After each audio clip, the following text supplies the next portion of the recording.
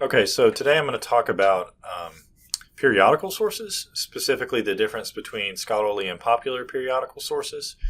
I'll try and keep this brief. So what do we mean by a periodical source? Well, basically, you've probably heard this term before, but it's anything that comes out on a regular basis. That is, periodically, right? A newspaper, a magazine, an academic journal, those are all periodical sources. Whereas a book, it's published, one and done, that's it.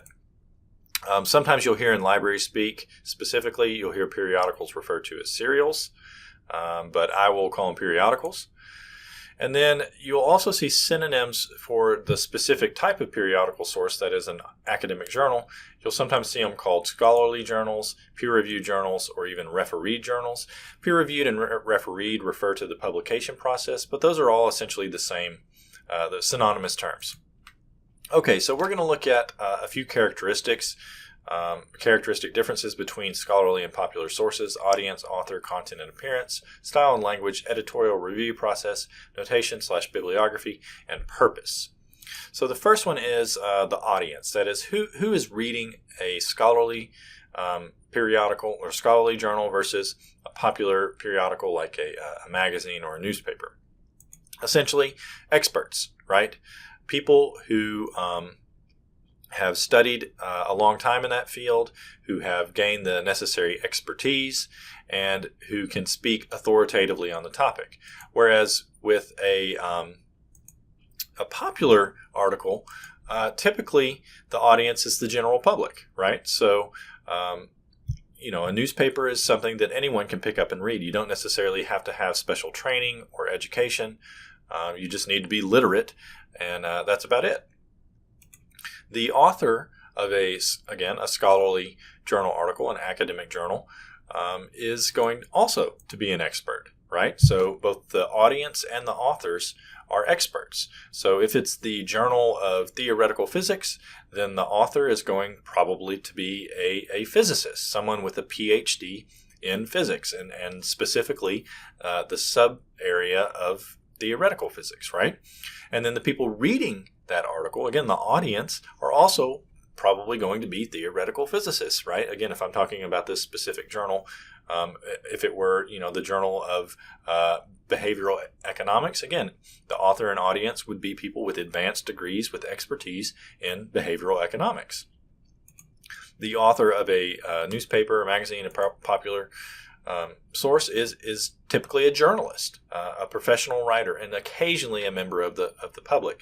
So, again, for a newspaper, the author, whatever expertise they have, is typically going to be in conveying information to the public. So they aren't going to be necessarily have an advanced degree in that field of study, but they're going to be good at explaining things. I don't want to say dumbing down, but helping explain things and write things so that they're digestible and comprehensible to your average person. The content and appearance. Well, a scholarly journal typically is going to have a lot of text more than anything, right? Whatever images there are probably going to be research related, maybe graphs, charts, mathematical notation, things like that. Whereas a popular magazine or periodical is not going to have quite as much dedication to text. It's going to be colorful, a lot of advertisements for one, and those advertisements are going to be specific to that audience. So we all know what a magazine looks like, right?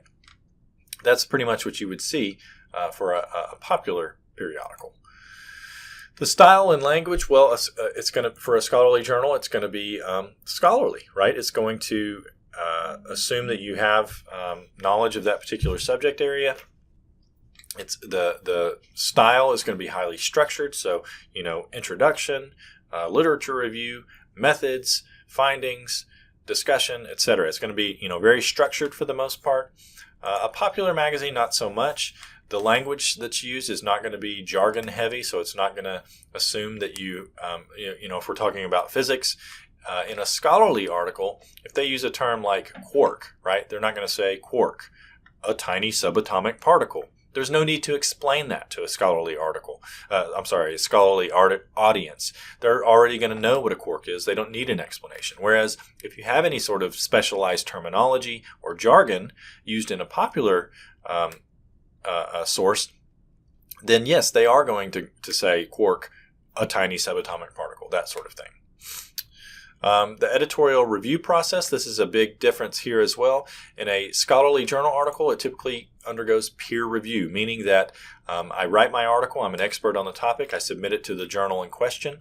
It's then they strip my identifying information so they don't know who wrote it, and they send it out to a bunch of other experts, and again, a bunch of other physicists if it were a physics journal, right?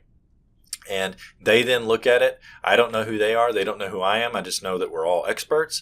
And then they can base their decision to publish purely on the merits of the science, in this case, that I've conducted.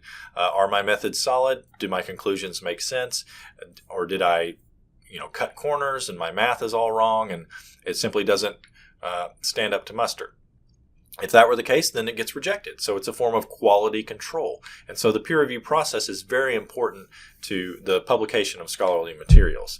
It's a bit different for a newspaper or a magazine or something. Usually there's just a single editor who looks something over and says, yes, this is fit to be published. Let's roll with it. And then, of course, the notes, the bibliography. In a scholarly journal, you're going to have a big, long list of the sources that they cited. You're not going to see that in a popular source.